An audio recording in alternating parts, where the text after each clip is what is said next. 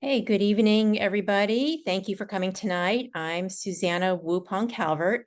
I'm representing both Richmond Ions Community Group as a board member, and also I'm a founding member of the Sanctuary of Earth, both of which are sponsoring this spiritual practice speaker series.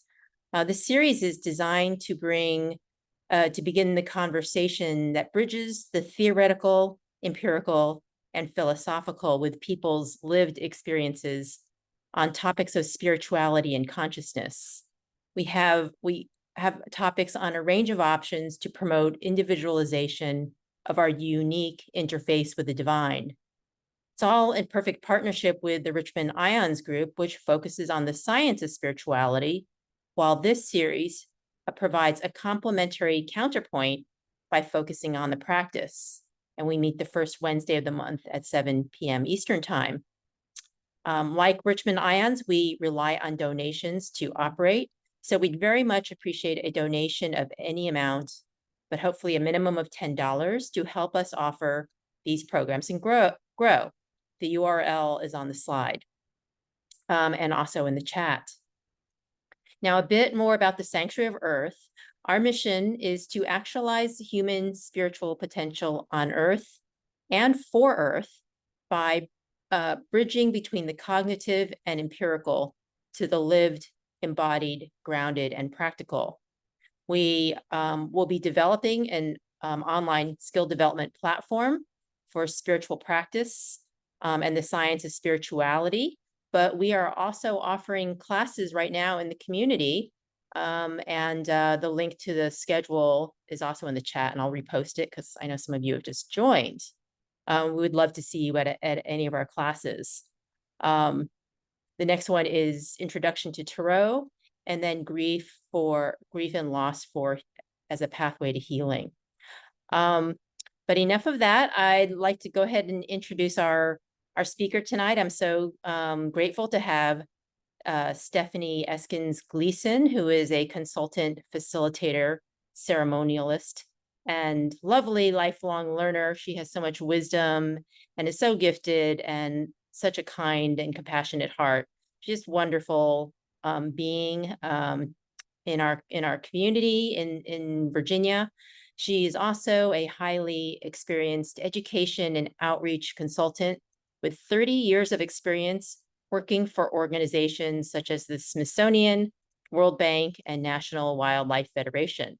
She has a passion for learning and facilitating and holds 2 master's degrees and multiple professional certifications. She's an ordained minister, Reiki Master, and a certified world consciousness community, qigong teacher, healer, and coach. She honors several lineages and is certified to give and teach others to give the rites of Munay Ki. She volunteers for the Center for Sacred Studies and the Mother Earth Delegation of United Original Peoples. She also enjoys spending time with family and friends, reading, gardening, traveling, and studying the ways of the original peoples. And tonight she is talking about returning to original principles. So thank you, Stephanie, for being our speaker tonight. And I'm so delighted that you agreed to share your insights and wisdoms with us. Oh, thank you for having me. I don't know how much wisdom I have, but I'm going to share my experiences with you, and then collectively, I think some wisdom is going to come out of our discussion. Susanna suggested that I start with a short meditation, so I'm going to invite you guys to sit comfortably in your chair with your feet on the floor and your spine straight. You might want to tuck your chin in slightly. In the world consciousness community, qigong community that I practice in, we follow a practice where we use sounds and movements and meditations to bring us into a higher state of consciousness. And we don't have time for a full practice, but I'm going to give us a mini meditation to kind of set the field for tonight's hopefully a very highly interactive discussion. So just take a deep breath and feel yourself connecting to Mother Earth beneath you.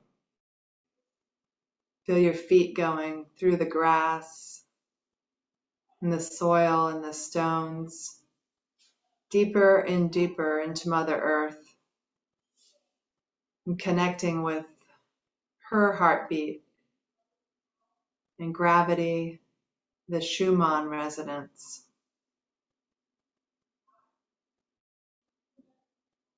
And feel that resonance coming up through your feet and your legs, and up through your abdomen,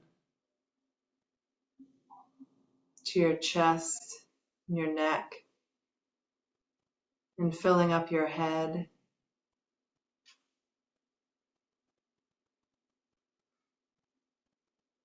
And now allow the crown of your head to open like a skylight and connect with the celestial energies above us. The stars, the sun, the moon, and the planets. And they're continually shining on us and sending energies. And we receive them with gratitude and feel them coming down through our head and mingling with the Mother Earth energy, going down our neck, our chest and our abdomen,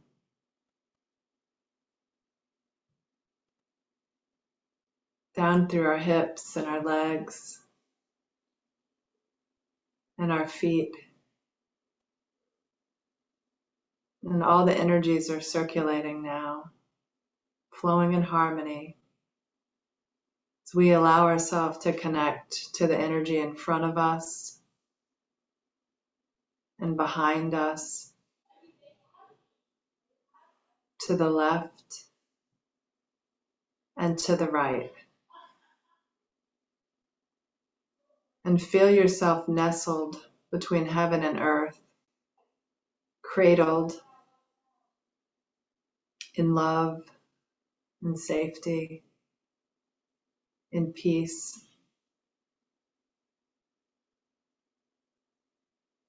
And we invite the sages and saints of all the ages, all of those who live in love and light, to join our field tonight, to be with us as we discuss the original principles and collaborate in bringing forth something new.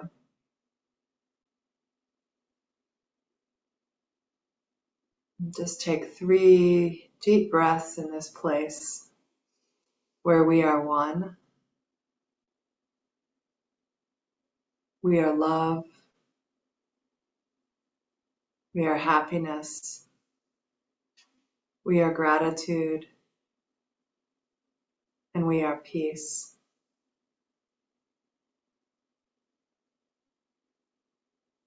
And when you're ready, just wiggle your body and open your eyes.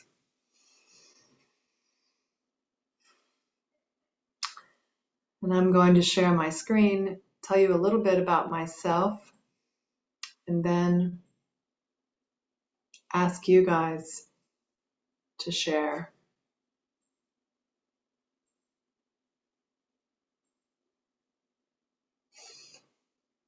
So I decided to call this Returning to Original Principles because I feel like original principles are something that we all know on some soul level, but have forgotten, especially those of us who are living in a Western world. Some people like the acronym WEIRD, which stands for Western, Educated, Industrialized. I'm not thinking of the R right now. Democratic. Disconnected is probably the better word. And that's the world that I grew up in. Most of us grew up with a way of seeing the world that is very skewed by colonization and the glorification of extraction. And I'm one of those people. I'm still trying to unlearn a lot of what I learned growing up. The beliefs that we have start in our family and in our education. I grew up being raised Baptist, and that gave me a particular way of viewing the world for many years until I became an adult and decided to look more into spirituality rather than organized religion. And I pursued kind of typical ways of grasping for success. Like Susanna talked about in my intro, I loved education, and I decided to work hard and pursued a couple of masters and worked hard at a consulting company and eventually started my own consulting company and just continually kept learning. And part of it was the love of learning, and part of it was the idea that success meant kind of checking off these different milestones. Oh, if you want to have credibility in your profession, you need to do this, you need to get this certification, you need to work this many hours, those kinds of things. I have a wonderful husband and a couple of beautiful children who are in their 20s now. And they grew up with my husband and I kind of embodying those typical values. And then in about 2017, I had a health crisis that was pretty serious, and it took me a couple of years to get over it. And part of that was a spiritual awakening. And I look back on it, and I don't know if I would have had that awakening if I hadn't had that crisis and that opportunity where I was forced to step away from how I defined myself. One of the things that I was praying about when I was sick is I wanted to be shown the next step. I started practicing qigong, and that made a huge difference in my health. And then I was led to study with the Center for Sacred Studies. And that was really the turning point for me when things really started opening up.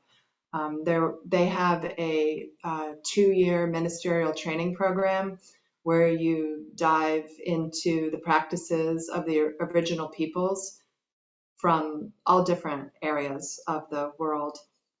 Every month you have lessons with elders from different practices and books to read and papers to write, and a mentor who guides you through it. And then you meet in person with your classmates at the year mark and then at the 2-year mark. And because of COVID, we didn't get to meet for the year mark. So I was going through the Center for Sacred Studies program during COVID. And I was also guided to take some classes with the Four Winds, where I became certified to give and receive the rites of the Munay Ki. And that really opened up a whole new world to me as well. I think a lot of people, well, the Four Winds would call it like modern day shamanism. And then I became involved and became a volunteer with the Mother Earth Delegation of United Original Peoples, and started looking for a different way to view my religious beliefs. And I found Matthew Fox, who and started studying Christian mysticism. And then I also found a group called Energetic Geometry and started learning sacred geometry and traveling to different areas of the world to feel the energetics of those spots. So I went from 55 years of being steeped in one culture to slowly allowing these new ways of seeing and being to come into my life. And it really changed me. And I don't think there's any way to really do justice to original principles by trying to narrow them down, especially because there are so many different lineages and branches. But I picked these 4 because these are the 4 that the Center for Sacred Studies had us focus on, which are respect and right relationships, reciprocity, and responsibility. And instead of talking about these, I wanted to give you guys a minute to think about, or maybe write down, some ways that these principles come alive in your life, or how you demonstrate these in your life. And then we can talk about them and some of the things that I've learned and some of the things that you have to share as well. So I'll just give you a minute to think about this and write down anything that you'd like to.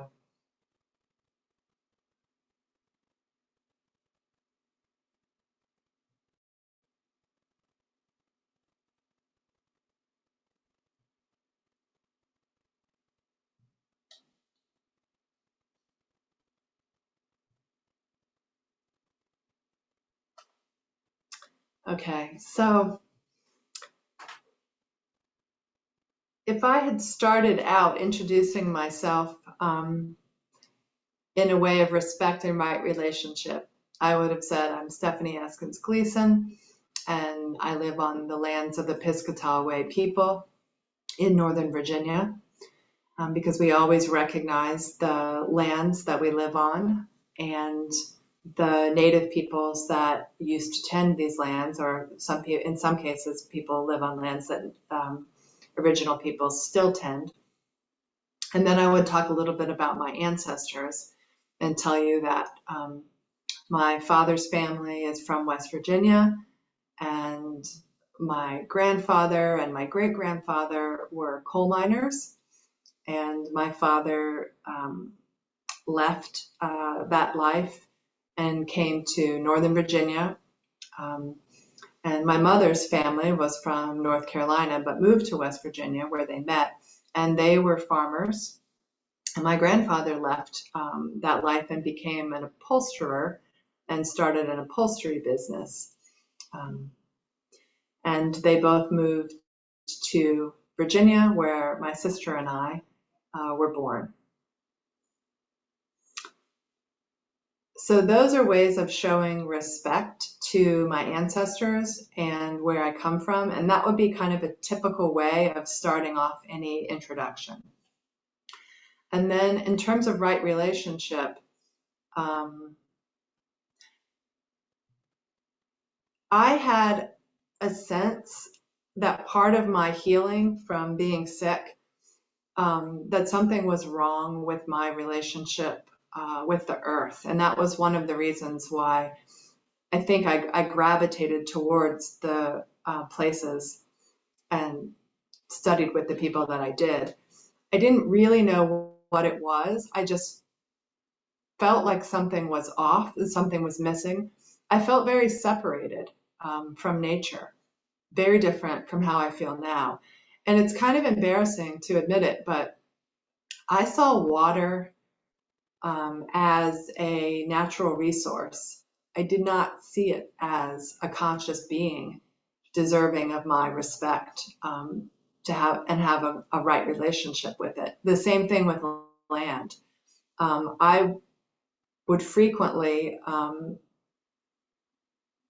garden and pick flowers or herbs or vegetables without asking for their permission, because I was not treating them as conscious beings. And now I do see them as conscious beings, and I'm a lot happier and I feel a lot more connected because of it. So before I say anything else here, I just want to offer you guys an opportunity to unmute and share any practices you have about respect or right relationship, or any questions you have about anything that I've said. Because I don't really know how far off this might be from how you see things.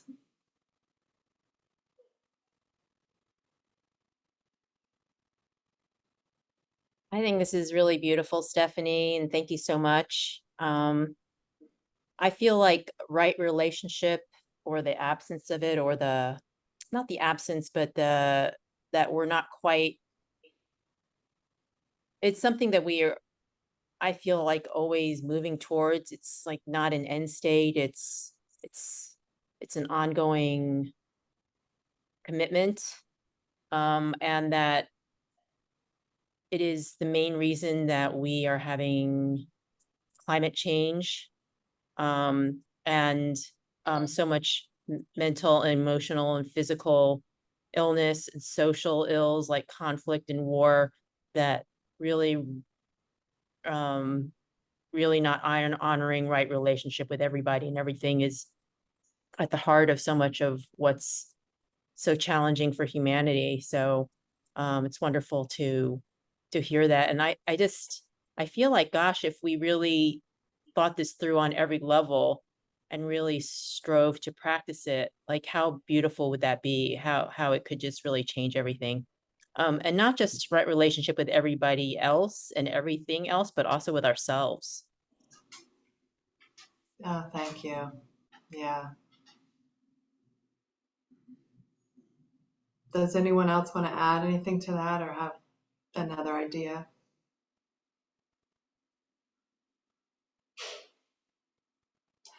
I feel like we've been told, I mean, it's I'll call it the lie of separation. We've been told that we're separate from nature, that we were cast out of the garden, and I guess we've assumed that that means that we're different, we're not part of nature.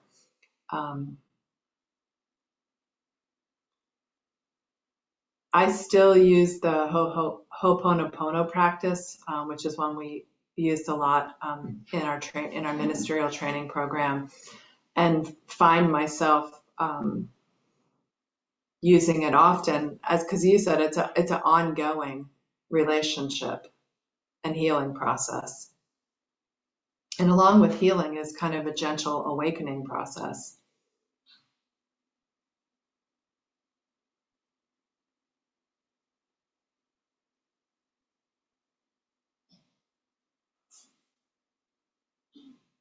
Would anyone else like to say anything?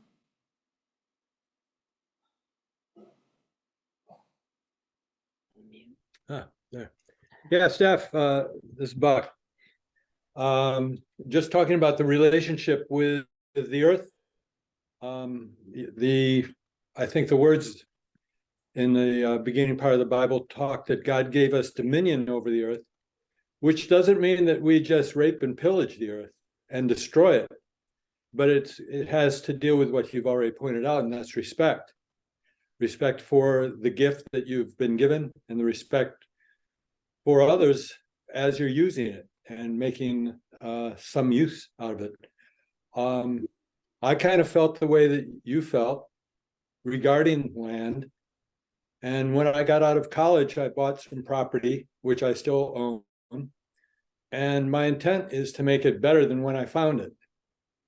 That's something that, you hear it from other people. Eisenhower, when he was in Gettysburg, he wanted to leave Gettysburg, the property he owned there, better than when he found it. And I think that's kind of what is meant by dominion, and a very proper relationship with the natural side of natural resources that we have. Yeah, thank you for pointing that out, Buck, because having dominion to me means being a good steward, which is exactly what you described.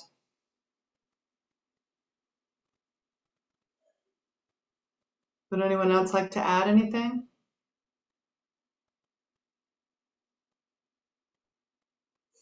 This link here to Native Land is where you can look up, if you don't know about the land that you live on, where you can look it up.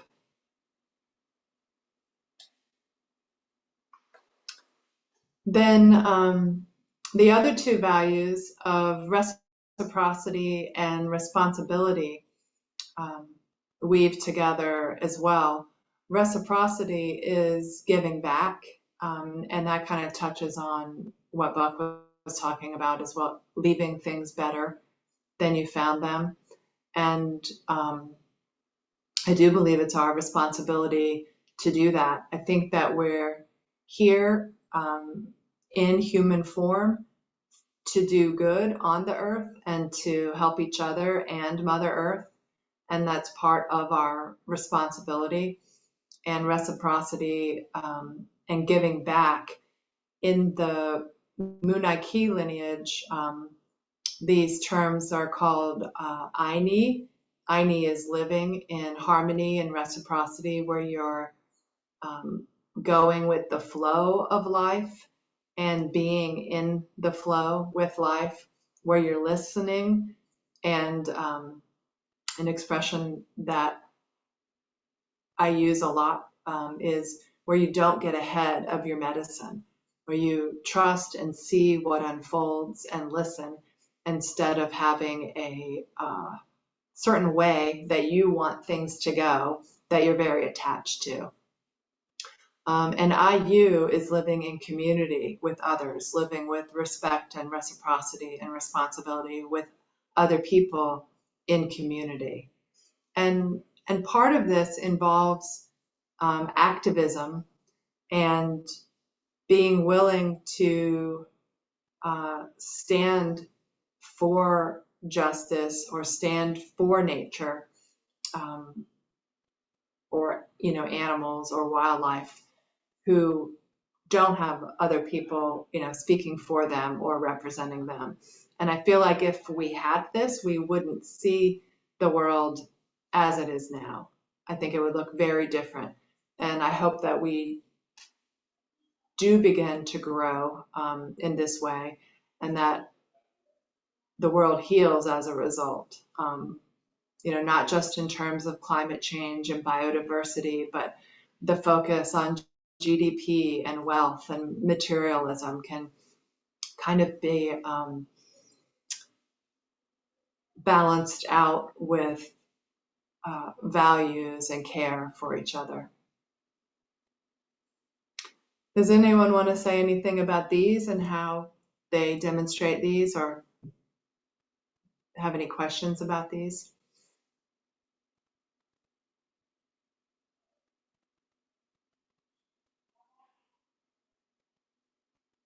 Steph, could you differentiate right relationship from the rest of them? Because I feel like they're all subsets of right relationship.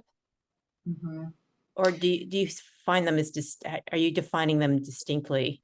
Well, they are defined distinctly as separate principles, but to me, they really blend together, because the way that I think about them is in practical terms. And when you're demonstrating one, you're usually demonstrating others. But right relationship would be, so for example, when you drink a glass of water, stopping and acknowledging the blessing that is the water, the gift that is the water, and thanking the water, or the same thing with your land. And it would also be giving offerings back to the land. So many original peoples, and I think I'll just say I'm using the term original peoples because the Mother Earth Delegation of United Original Peoples chose the name Original Peoples rather than Indigenous, because Indigenous itself is a colonized term, and we're trying to move away from the lens of colonization, which is so hard to do because that's the lens we have. So they would, not only would they start a meeting by in a traditional way, and go through the process of introducing themselves in the way that I described before, but they would wake up in the morning and say their prayers, and then go outside and give a gift of water to the earth. And that would be being in right relationship, because it's acknowledging that for everything that we get, we give something back.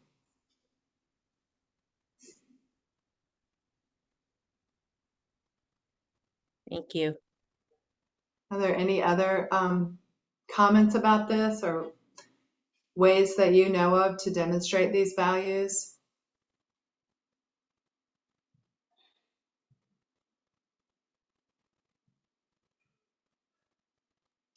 Well, I have something. Go ahead. I just think they're great values for, yeah, I think the example you gave was for Earth, but it's really for everything too. Um, and everybody. And if we want to be in right relationship and in harmony with each other, that these practices are really, really important. And I really love how you've been describing them.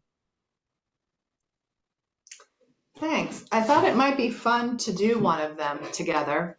I need to stop sharing, I think, to put this document in the chat. I probably should have sent it to you ahead of time so you could put it in the chat. But let me stop sharing for a second and grab it.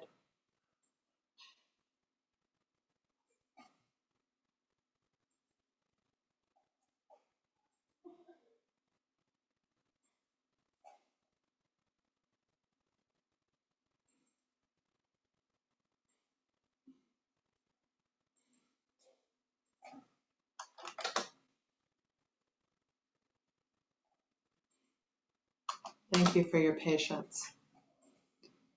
I'm going to see if I can just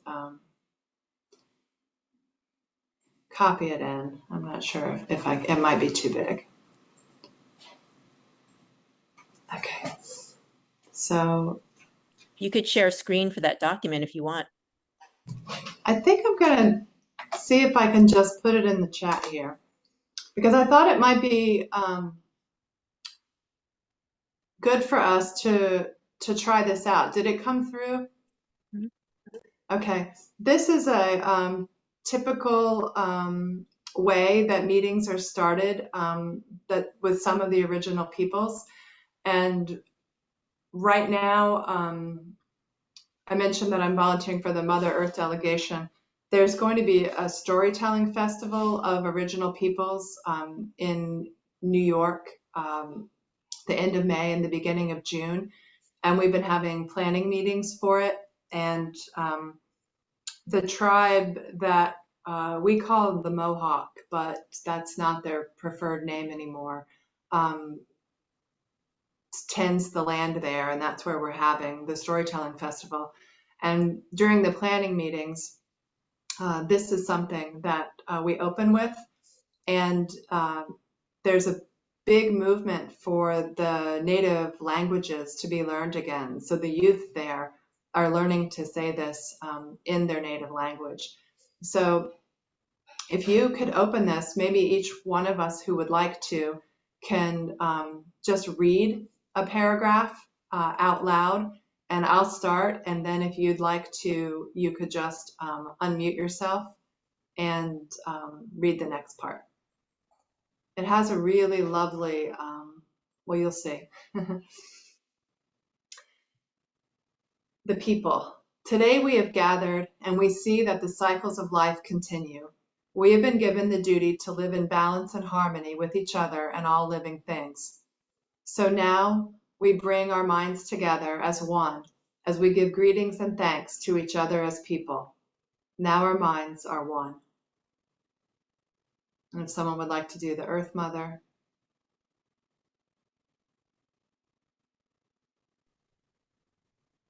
We are all thankful to our mother, the earth, for she gives us all that we need for life.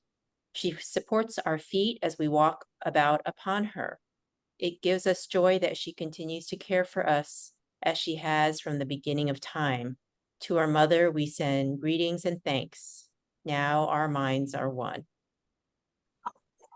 We give thanks to all the waters of the world by quenching our thirst and providing us with strength. Water is life.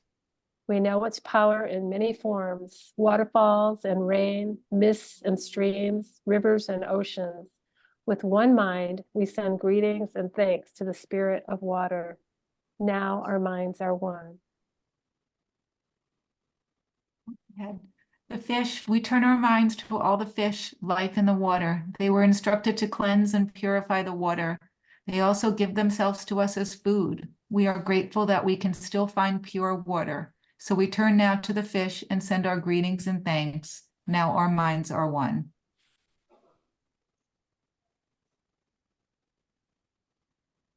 Now we turn towards the vast fields of plant life.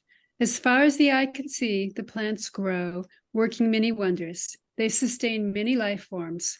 With our minds gathered together, we give thanks and look forward to seeing plant life for many generations to come.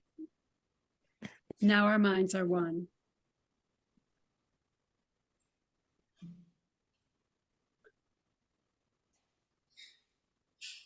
Anyone want to do the food plants? Okay. With one mind, we turn to honor and thank all the food plants we harvest from the garden. Since the beginning of time, the grains, vegetables, beans, and berries have helped the people survive. Many other living things draw strength from them too. We gather all the plant foods together as one and send them a greeting of thanks. Now our minds are one.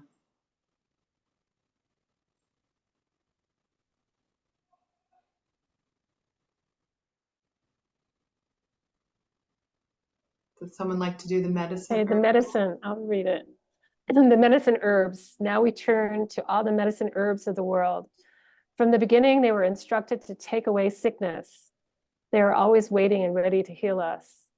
We are happy there are still among us those special few who remember how to use these plants for healing. With one mind, we send greetings and thanks to the medicines and to the keepers of the medicines. Now our minds are one.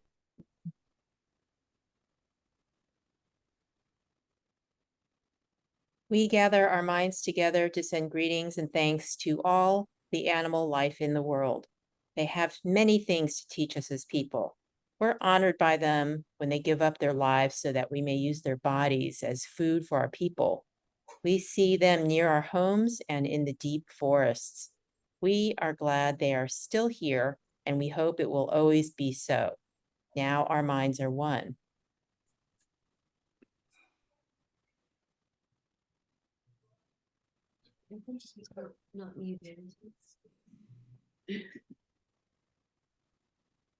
The trees. Again. We now turn our thoughts to the trees. The earth has many families of trees who have their own instructions and uses. Some provide us with shelter and shade, others with fruit, beauty, and other useful things. Many people of the world use a tree as a symbol of peace and strength. With one mind, we greet and thank the tree life. Now our minds are one.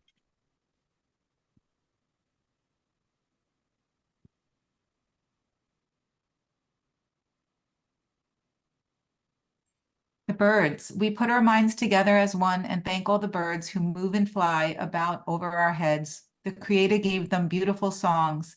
Each day they remind us to enjoy and appreciate life. The eagle was chosen to be the leader.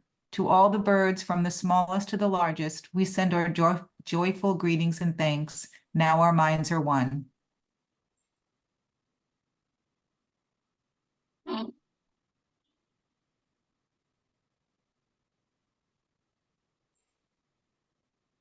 We are thankful to the powers we know as the four winds. We hear their voices in the moving air as they refresh us and purify the air we breathe. They help us bring the change of seasons. From the four directions they come, bringing us messages and giving us strength. With one mind, we send our greetings and thanks to the four winds. Now our minds are one.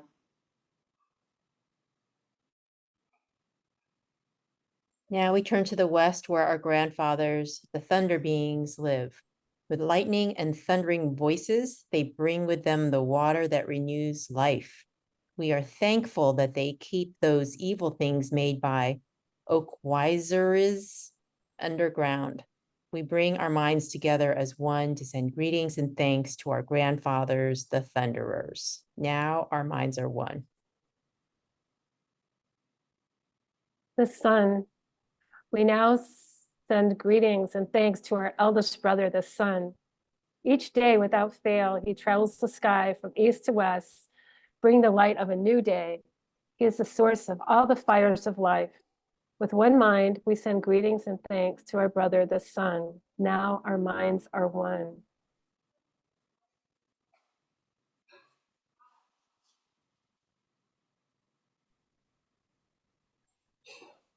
Grandmother Moon, we put our minds together to give thanks to our oldest grandmother, the moon, who lights the nighttime sky. She is the leader of women, all over the world, and she governs the movement of the ocean tides. By her changing face, we measure time, and it is the moon who watches over the arrival of children here on earth. With one mind, we send greetings and thanks to our grandmother, the moon. Now our minds are one. The stars. We give thanks to the stars who are spread across the sky like jewelry. We see them in the night, helping the moon to light the darkness and bringing dew to the gardens and growing things. When we travel at night, they guide us home. With our minds gathered together as one, we send greetings and thanks to the stars. Now our minds are one.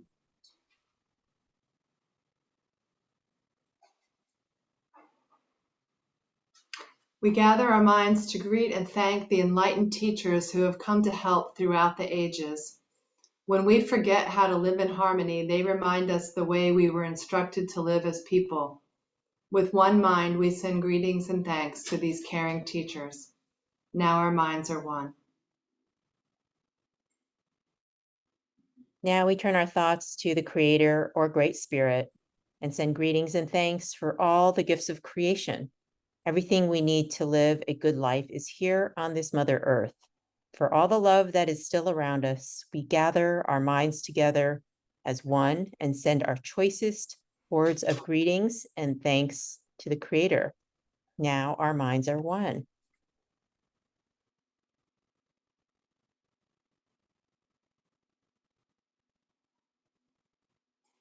We have now arrived at the place where we end our words. Of all the things we have named, it was not our intention to leave anything out. If something was forgotten, we leave it to each individual to send such greetings and thanks in their own way. Now our minds are one.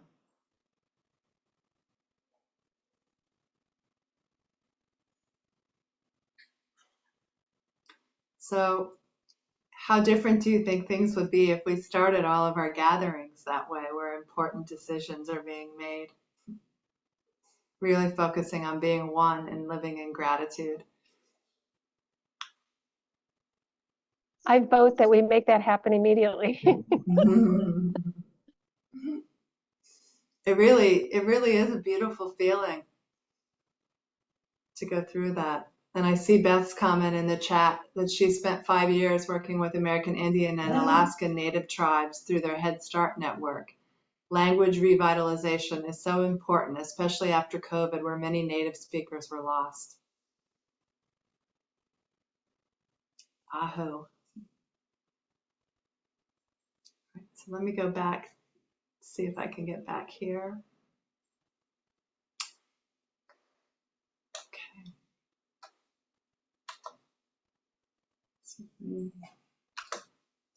So that was the Thanksgiving address. And then, I think I've already said that in terms of the present and the future, I'm volunteering for the Mother Earth Delegation of United Original Peoples, and really excited about the upcoming storytelling festival that we have. I'm also volunteering with the World Consciousness Community. And something that's come into my life recently that I'm pretty excited about is I've learned about the White Eagle Lodge. And it's a White Eagle is an ascended master who is the spokesperson for the brotherhood, sisterhood of love and light. And if you're not familiar with them, I was not until recently. They are known as the sages of the ages who help humanity with spiritual awakening, and they help Mother Earth with her ascension. And there are White Eagle lodges all over the world, but the main lodge, which is in England, has a database of teachings from White Eagle. And White Eagle is just a spokesperson. He was when he appears to people who are clairvoyant, he comes in a traditional Native American eagle headdress and wear, because he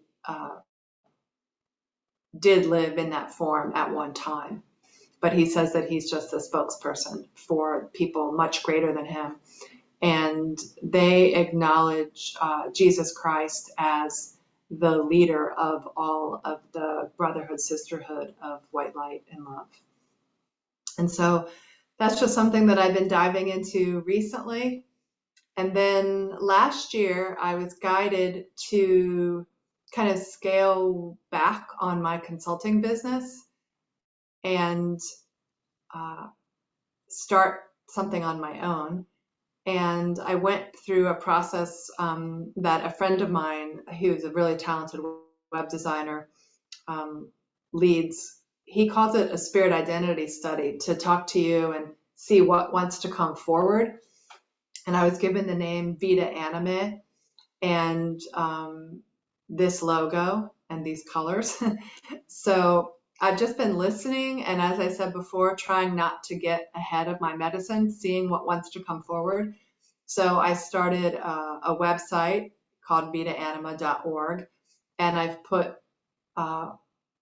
what I've heard I'm supposed to do on the pages, but I haven't been given any information about the timing yet. So I'm still waiting to hear when that's going to happen.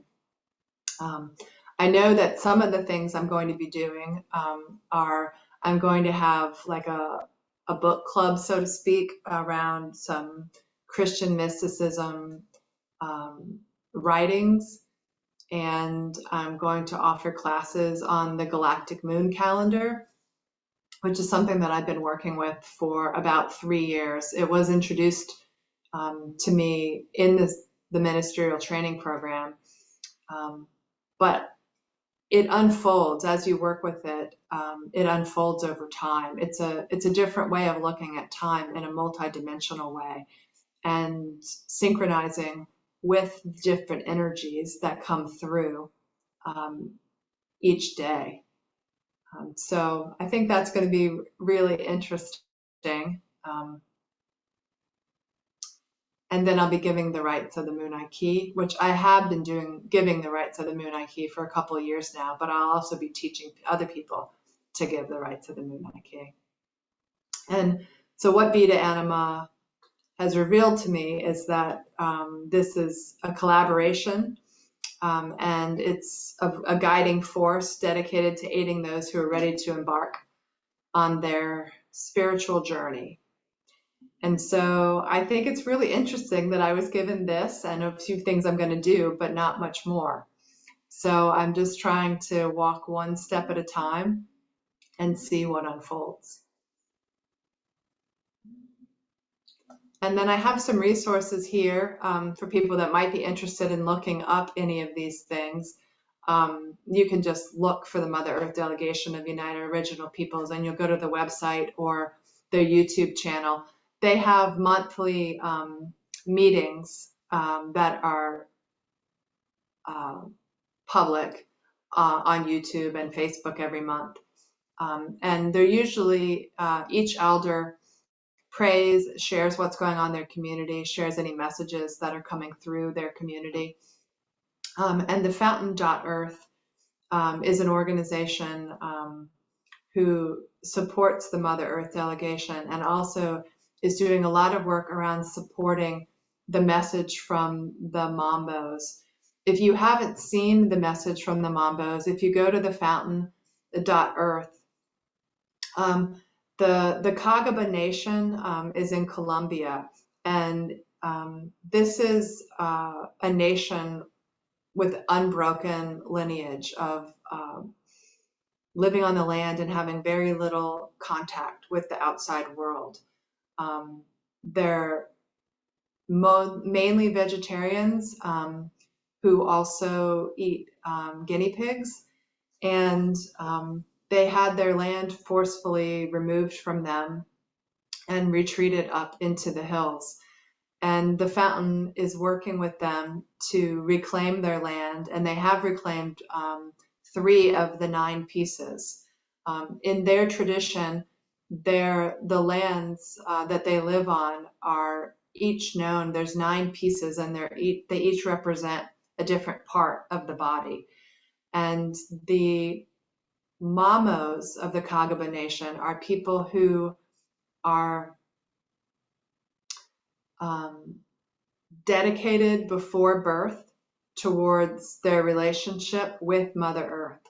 So they're born and they go into a cave, and they stay in the cave for 9 years. They only come out at night. They only see the moonlight. They don't see the sunlight. And if they feel that they're able to stay outside of the cave and still keep their connection with Mother Earth, they do. But otherwise, they go back inside the cave for another 9 years. And the Mamas of the Kagaba Nation last fall received a message from Mother Earth that they asked to be shared far and wide. And the fountain is working with them to try to help realize that dream of bringing healing back to Mother Earth. And then I mentioned before decolonization. I took a course called Re-Indigenization, a transformational learning journey. I think it was about 4 months long, just really diving into colonization and kind of deconstructing that in our mind. And there are some groups called Pioneers and Rebiz that provide this kind of training. Then I also work with the Galactic Calendar, and you can find that at 13moon.com. I put the website for the World Consciousness Community here, and then the website for energetic geometry. So that was all I had prepared. I wonder if there's anything else that you guys want to talk about. Thank you, Stephanie. That was great. Any comments or questions, thoughts from the listeners? Yeah, I'm sorry, Stephanie, I came in late, so I missed the whole introduction, and I'll listen to it. That's okay. But my question is, and maybe you covered it in the beginning, but was there a point in your life, let's say when you were younger, let's say, my research has been that many times we know what our soul's purpose is when we're younger. It's just the adults around us are not aware of how to see who we are becoming, and they're more concerned about us, fitting in and being successful based on the current paradigm.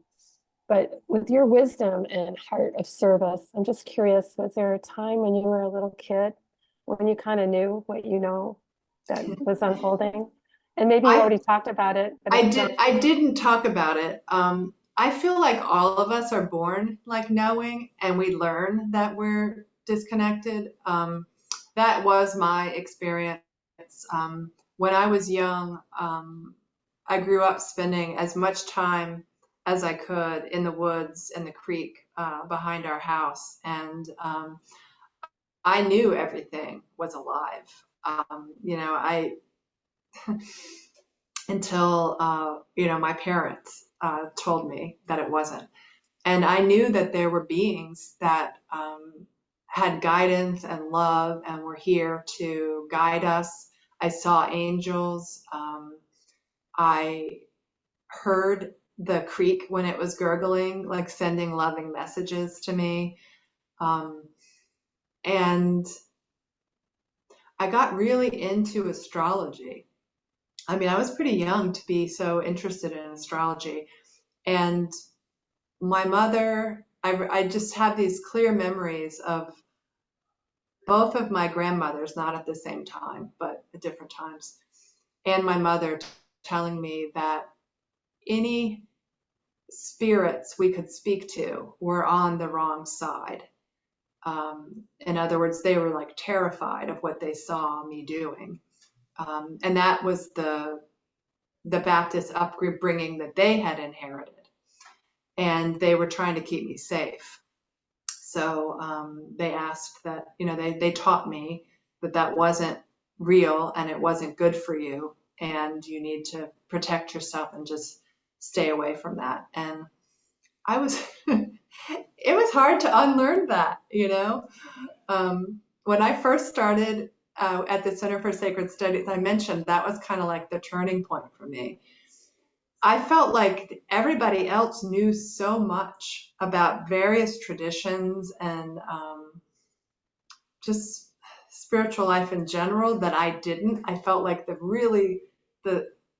how did I end up here with all of these cool people who are so developed and knowledgeable? But I did, so it was a gift. And with them, when I would say things like, oh, this hawk just flew down in a tree, and I've noticed that when that happens, it means, such and such, they would be like, oh, of course. Where anybody else I would say that to would be like, what are you talking about? And I remember my son said one time at dinner, Mom, I heard you, on your call in there, and if other people knew what you guys were saying and doing, I think you'd be institutionalized. And my husband said, I just appreciate this about him so much. He said to my son, if Mom's happy and she's not hurting anybody, who cares if you believe what she believes? She's really happy, and she's getting enjoyment out of this. Don't take that. And I thought, that was, I wish that I had discovered that earlier, but I did, I came back. I came full circle. So I appreciate that I did, and that I've had these wonderful resources, and that more just keeps being offered, these synchronicities. Like, I set the intention on January 1st of this year that I would find someone to help me use discernment with my psychic gifts that we're developing. And later that day, Pam texted me that she had taken a class with Susanna, and Susanna was offering another one. And so now I'm, taking classes with the Sanctuary of Earth. The way these things unfold, I just trust them now. I feel really blessed. Thank you so much. That was so beautiful. Steph, Hey, Steph. go Sorry. ahead. Go ahead. I'm having technological issues up the wazoo over here. So I don't know, I haven't been able to watch, but listening stuff. This is Megan, and just I hope I get to watch a replay, because I just found this to be just really resonant with me, and it's been this piece that, since I've been out here, but my lifetime of just finding more and more connection with Earth and people of the Earth. And now that I'm in Costa Rica, and there's like, the respectful word is Tico and Tica for the men and women who are like Costa Ricans. And then there's indigenous people is the language I've known to use. And in indigenous tribe, we've used that. So I love this, people of the earth. Am I getting that right? Or people of the land? They call themselves the original peoples. Original people, the original people. I mean, that alone is like, that just feels so much more accurate. And so anyways, I just really appreciate you sharing. I'm really curious about more of your work and more of your connections, and the prayer, the blessing you shared, and also the language piece. So I don't want to take too much time here on the call, but that's really present here. So in one of my what I find myself doing out here, the Baruka is the most well-known indigenous original people here in Costa Rica. There's several tribes, I work with a lot of the men on the land with regenerative agriculture, and we we put a fire circle in place, and now we're doing, monthly fire circles with, gringos and the Barukas. And for him, one of the most important things that he's talked about is like passing his traditions, and specifically language, because Barukas speak differently than Ticos and Ticas. It's a Spanish, but it's a different dialect and a different language, and just stuff I'd never been aware of. That language gets lost, and as language gets lost, different parts of tradition get lost, and then before we know it, where's the culture? Where's this tribe? Where does it? And so just seeing kind of these, people sort of like, lovingly fight. I use that word for lack of a better word, but to maintain this in this really, even in Costa Rica, pretty, mainstream and fast world, so I just, really, appreciate you sharing. And like I said, I hope I can get the replay to get a little, watch this again with you. But really important work, and just feels really important right now at the time, especially of, just everything that's happening, and remembering where we, what's more natural for us, what's more true, for all of us, the way we live. So thank you. Thank you, Megan. Yeah. I think what you're doing is really amazing, and steeping yourself in another culture, and contributing to it in such a meaningful way is really inspiring. Thank you. Appreciate that. Well, No, go ahead, Meg.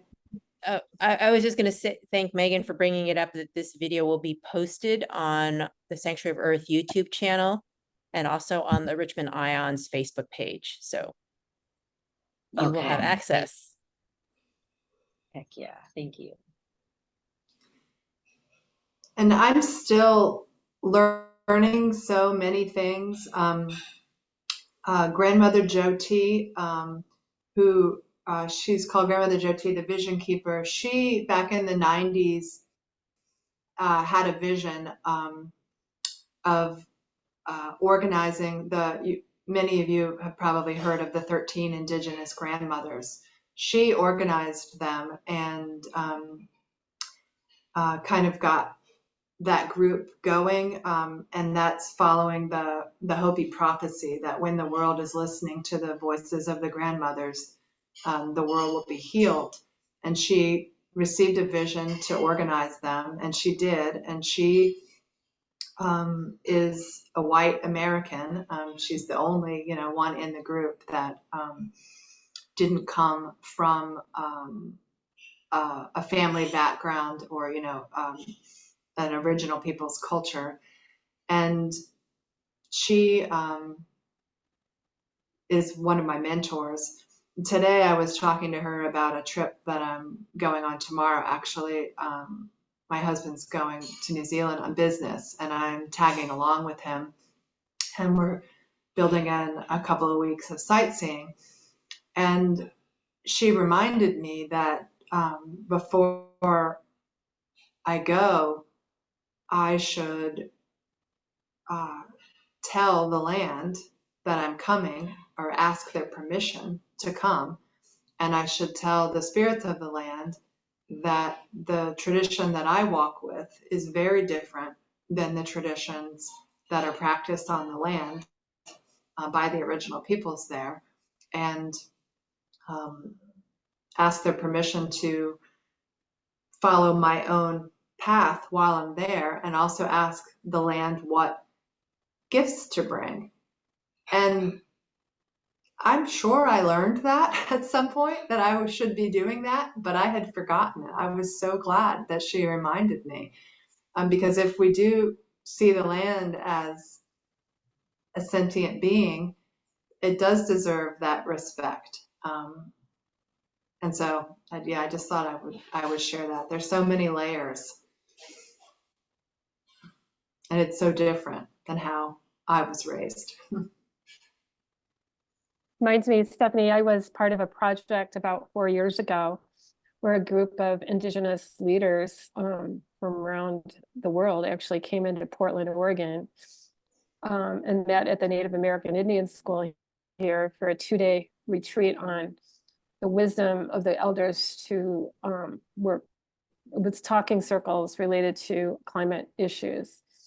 And it was interesting. I was brought in to kind of help create the story so that more people, I want to interview people, and I said I couldn't do it because their model was the talking circle, of course. And so we filmed the talking circle for 3 days. And then I reviewed all of the footage and then looked at the themes that they talked about, which were all over the place, and then kind of cut and spiced it into the 5 things that we need to do. And anyway, that video, and it's a group, and you might be aware of them, it's called Pull Together Now. Pull Together Now, it's a group. And so there's a lot of people that I know that are connected into that wisdom related to climate, and also tying into other groups, the indigenous wisdom coming into like consensus. How do we integrate the talking circle and these practices in terms of new ways of communicating, and to help break down this patriarchy that that's crumbling, but how to bring the wisdom. And in my community of Living the Potential, I have several indigenous youth that are leaders now in college.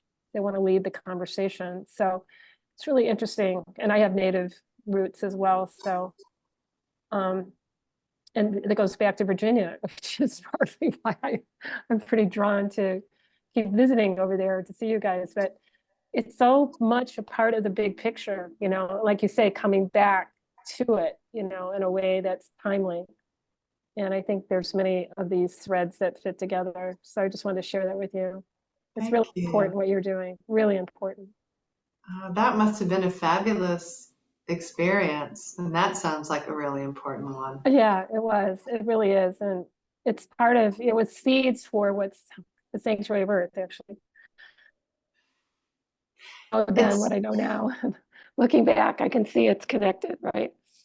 Yeah, Yeah, yeah. amazing. I'm really happy for you. I can't wait to see what you discover in New Zealand. Yeah, me too. So, The Steph, Maori people. so Steph, I just so admire your commitment to your learning and your really uncovering your true nature and the heart of you, of who you are, and your connection with spirit and with earth and everything. It's really lovely. And you know, my spiritual journey is newer, but I'm part of a faith community that is very interested in um, original people's practice or First Nations practices, or whatever you would call it. And I know that different groups call it different things. And I'm always struck by how to me, there's like this fine line between being an observer, like a bystander and just observing, but even with respect to you know, the cultural appropriation, which can be really awkward. And I also wonder too, as a person who's an Asian American, like you know, which First Nation or original peoples practices do I pursue or study? Do I study the ones of the land that I'm on, or where my ancestors came from? And then there's also this matter of authenticity. So you know, and it you know, we have a modern sensibility and there are some very ancient practices. And so do we adopt pieces of it? Do we try to honor it in its authentic form? Do we, you know, just take inspiration from it? I mean, I am just really, I sometimes just really grapple with how do we best not just honor, but uphold these, what is the essence of these very ancient beliefs and practices in a way that is congruent with our modern sensibilities. and our authenticity as really complex beings. Because, you know, here I am, I'm American, but have Chinese origins, and I'm on the land of the Powhatan. And so, but I also know that my guidance comes from all over the place. So, like, I mean, I really appreciate the way you took your approach to this talk tonight. Like, you focused on these 5 principles, which I thought was so beautiful and so applicable to everything. Is that where you would start? And then if so, like, what would you recommend to people who are looking to find what is most relevant and authentic and true to them in this day and era? Oh, wow. That's a great question. Well, I would say start by setting the intention that you are going to find what's most true to you. I mean, one of the benefits of being in a 2-year program where every month we were exposed to something, a different tradition, and had different elders from that tradition to learn from, and, you know, different books to read, was that you could be exposed to things that you hadn't been exposed to before, and you can't practice all of them. You know, you have to practice what resonates with you. We were given advice to explore our ancestral heritage, because, you know, we carry the DNA of our ancestors, and explore your own relationship with the land that you live on, and create a relationship with the land and learn to dialogue with creation, so that the land you're on, or the land you want to serve, it might not be the land you're on that you want to serve, but so that you customize what you're doing for them, and that you treat everything as a relationship, and develop it just like you would develop a relationship with a person. So it develops over time and it unfolds over time. I don't know a lot about my ancestry, you know, other than what I shared. I mean, I know it goes back, but I know where, like, my great grandparents came from and that kind of thing, but I don't know what they practiced. So I just feel into it and go with what resonates with me. And also, one of my, I'm so glad you brought up, you know, misappropriation, because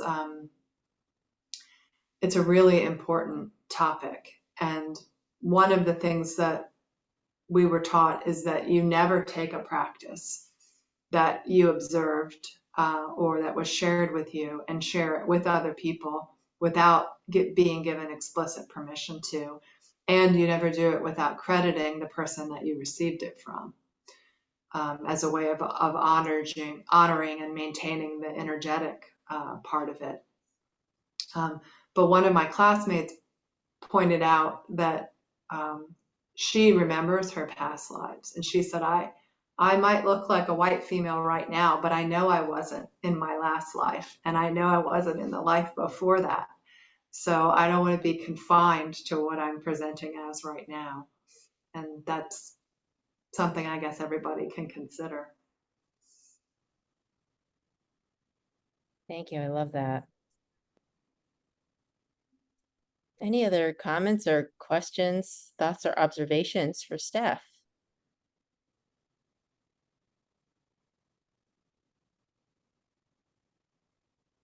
It's really such a beautiful and important topic, and Steph, you really did it justice, and I feel like just gave us so many of us food for thought going forward, and food for practice even going forward. I guess folks will be quoting you and your offerings tonight. I hope not, because there's many better sources, but I feel really honored to be here with you guys, and thank you for having me, and thank you to those of you who showed up. Thank you everyone for showing up. I do want to give a little shout out for our next speaker, which will be June the 5th, Dennis Slutz, body worker, energy facilitator. He's a very talented, diverse healer. I don't even understand like even the titles of some of the things he does, but a wonderful soul. And he'll be talking about the art of staying neutral and shifting timelines. So I hope you'll join us for that. I put the class schedule in the chat. And if you are not yet on our mailing list for Sanctuary of Earth, but would like to be, please put your email in the chat and I can add you. We don't send out too many emails, so you'll not be email bombed. I just want to thank Stephanie again for a beautiful presentation, and thank everybody for joining us tonight. Hope you feel a little bit more enriched and inspired to really connect in right relationship with respect and reciprocity, and responsibility with everything and everybody, especially Earth. Thank you for coming tonight. Good night. Thank you, Steph. Thank you, everyone. Thanks, Steph. You were awesome. Oh, thank you guys. Safe travels. Thank you. Yeah, have a wonderful trip. Go see a rugby match, All Blacks. Good Good night. night.